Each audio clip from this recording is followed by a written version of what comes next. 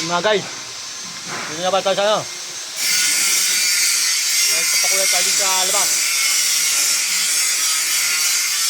Labas tayo. Ayan.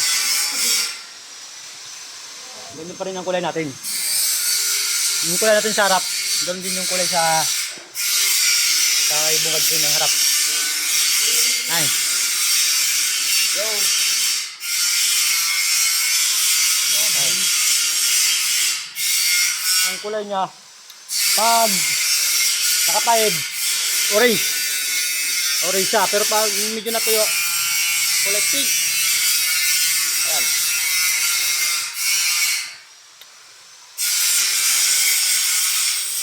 Ayan o, ginagawa namin. Tapos na. Lipat tayo sa project. Saan tayo yun? Saan tayo?